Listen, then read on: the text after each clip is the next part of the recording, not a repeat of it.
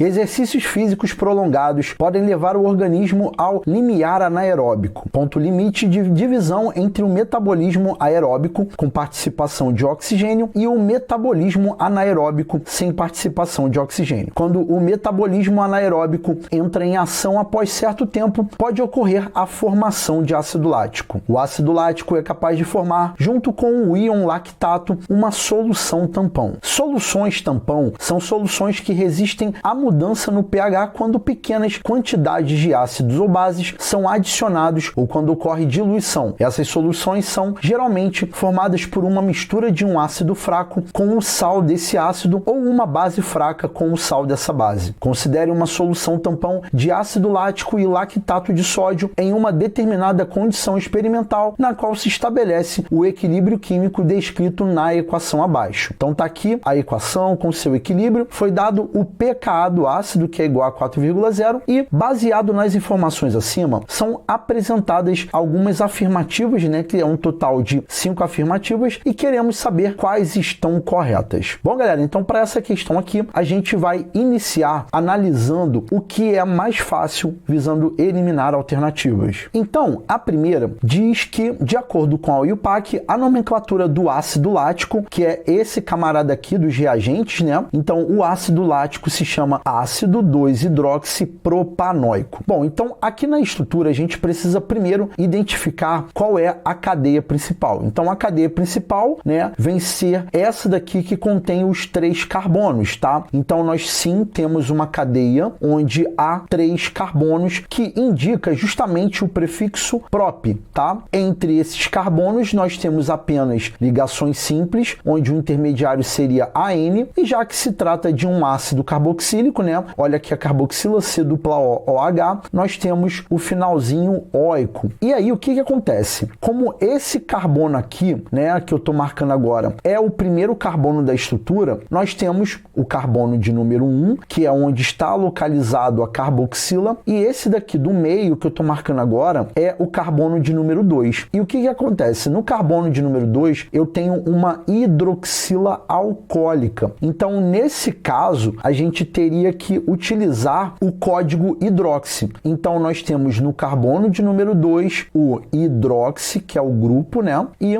já que é um ácido carboxílico, então a gente tem o nome ácido 2-hidroxipropanoico, como a afirmativa de número 1 colocou. Então, a afirmativa de número 1 está certa. Então, a gente pode eliminar algumas alternativas, como, por exemplo, a letra E, que não coloca 1 como certa, a letra C, que também não coloca 1 como certa, e a gente está entre a letra A, letra B e a letra D. Bom, e aí na análise da 2, eu vejo que vai demandar um cálculo de pH da solução tampão, que eu vou deixar para fazer daqui a pouquinho. Vamos ver a 3 aqui, ó. A 3, ele diz que a adição de uma pequena quantidade de uma base forte deslocará o equilíbrio da reação no sentido da formação de mais ácido lático. Então vamos lá. Quando ele está falando de uma pequena quantidade de base forte, a gente entende que no sistema que está tendo aquele equilíbrio, a gente vai ter a adição de OH-, tudo bem? E a gente sabe que, por se tratar de um ácido, a gente vai ter a presença do H+, onde OH- com H+, ou vice-versa, isso vai resultar em água. Nós temos uma neutralização ocorrendo. Então, com base nisso, perceba que se eu adicionar o OH-, esse OH- vai reagir com esse H+. Então, por conta do efeito do íon não comum, ao retirar o H+, por conta da reação química que eu coloquei logo abaixo, tá? Então, não esquece que o OH-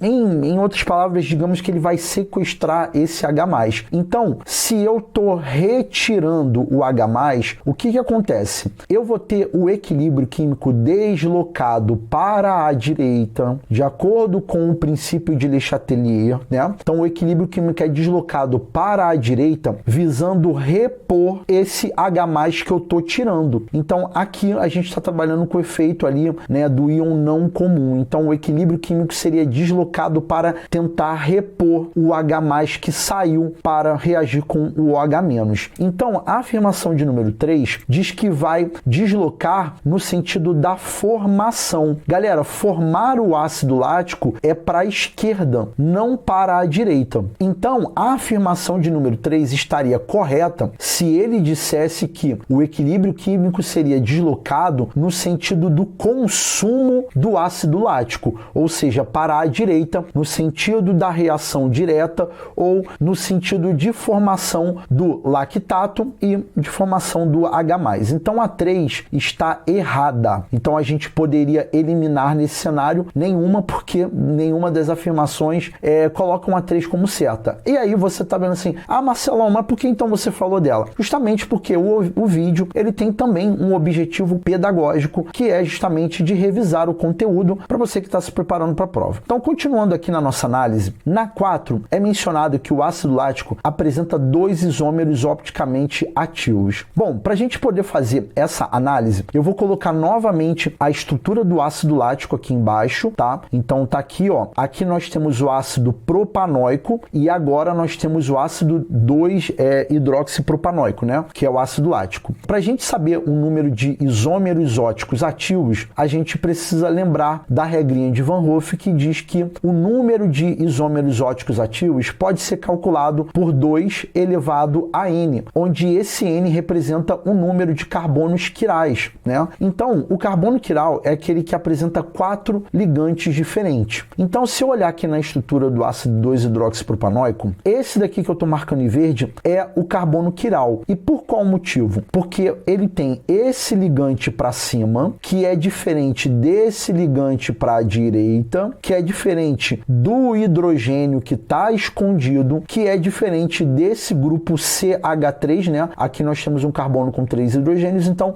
ele apresenta os 4 ligantes diferentes. Então, essa estrutura do ácido 2-hidroxipropanoico, ele tem exatamente um carbono quiral. Então, 2 elevado a 1 vai dar 2 isômeros oticamente ativos. E aí, galera, antes que vocês me perguntem, Marcelo, por que esse carbono da esquerda não poderia ser quiral? Porque ele tem 3 ligantes iguais, que são 3 hidrogênios, tá? E aqui não tem como ter 4 ligantes, o carbono da carboxila, porque o fato de ter uma dupla impede a possibilidade de ter 4 ligantes. Aqui no caso você só tem 3 ligantes, que é a hidroxila para a direita, o oxigênio aqui para baixo e todo o restante da estrutura para a esquerda. Então só tem um carbono quiral. Então aqui está certinho. Então a 4 estando certa, eu poderia eliminar alguma? Não, não posso eliminar nenhuma, porque todas elas dizem que a 4 está certa. E de novo, o vídeo tem uma função pedagógica. Agora vamos ver a 5. Ó, a 5, vocês já estão vendo que eu consigo eliminar alguma coisa, né? Então se eu digo que a adição de um ácido forte ao sistema causaria uma diminuição no valor do pKa, isso está certo ou está errado? Então, galera, isso daqui estaria errado. Por quê? O que acontece? O pKa nada mais é do que o potencial da constante de acidez, tá? Então, assim,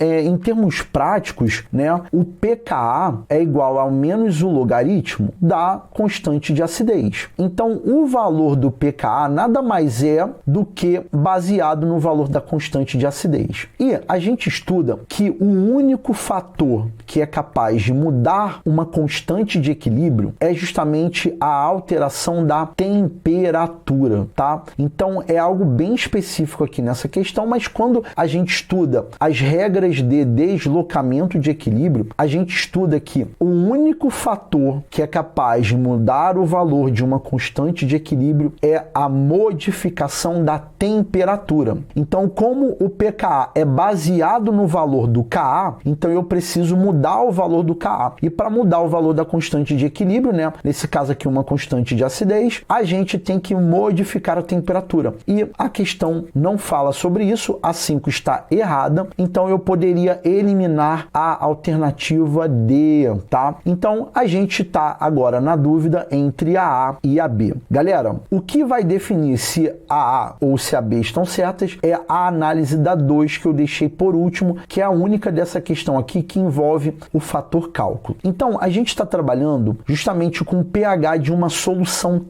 tampão, tá? Então, para a gente poder fazer o cálculo do valor do pH da solução tampão, a gente tem que lembrar da equação de Anderson-Hasselbalch. Então, você que está vendo o vídeo, que nunca estudou, nesse momento que eu estou gravando esse vídeo, né, que é em 2024, eu não tenho no meu canal nenhum vídeo falando dessa equação de Anderson-Hasselbalch, né? Pelo menos, eu não me lembro agora, tá? Então, essa equação aqui, caso você nunca tenha estudado, inclusive é Anderson com um S só corrigindo aqui. Então, essa equação aqui, se você nunca estudou, aqui no YouTube tem aula minha sobre esse tema, é só você digitar no YouTube assim, equação de Anderson-Hasselbalch e colocando na sequência só o termo Marcelão, que vai aparecer não só a explicação da equação e também como é que você pode fazer o cálculo, tem outro exemplo lá, mas basicamente o pH da solução tampão é igual ao valor do pKa. Nesse caso, o pKa é porque eu estou trabalhando com um ácido, tá? Então, se fosse um equilíbrio de base, seria pKb. Então, a gente vai ter pKa mais o logaritmo da concentração do sal dividido pela concentração do ácido, tá? Então, essa daqui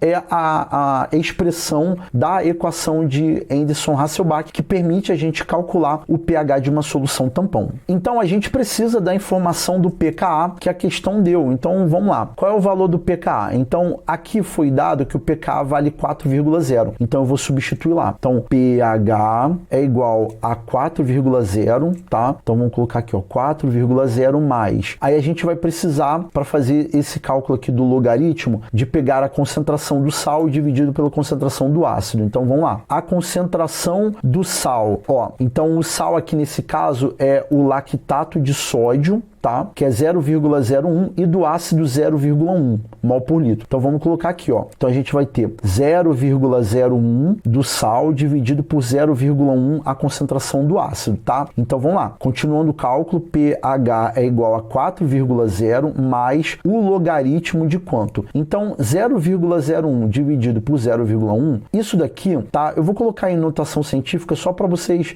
poderem aproveitar o vídeo e revisar, né, alguma coisinha, né? Então 10 na menos 2 dividido por 10 na menos 1 vai dar equivalente a quanto? Vai dar equivalente a 10 na menos 1. Então a gente vai ter o log de 10 na menos 1 para analisar aqui. Então, qual é o log de 10 na menos 1? Log de 10 na menos 1 é menos 1. Então, a gente vai ter 4,0 menos 1, logo o pH é igual a 3,0, tá? Então, a questão disse que nessa situação aqui, o log é de aproximadamente 1,6, está errado. A 2 não está certa e aí a gente teria a letra B como a alternativa correta para essa questão. Tudo bem, galera? Então é isso. Finalizamos aí a questão. Espero que o vídeo possa ter lhe ajudado e não deixe de acompanhar mais vídeos da SpaceX aqui no canal. Tem uma playlist super completa sobre isso.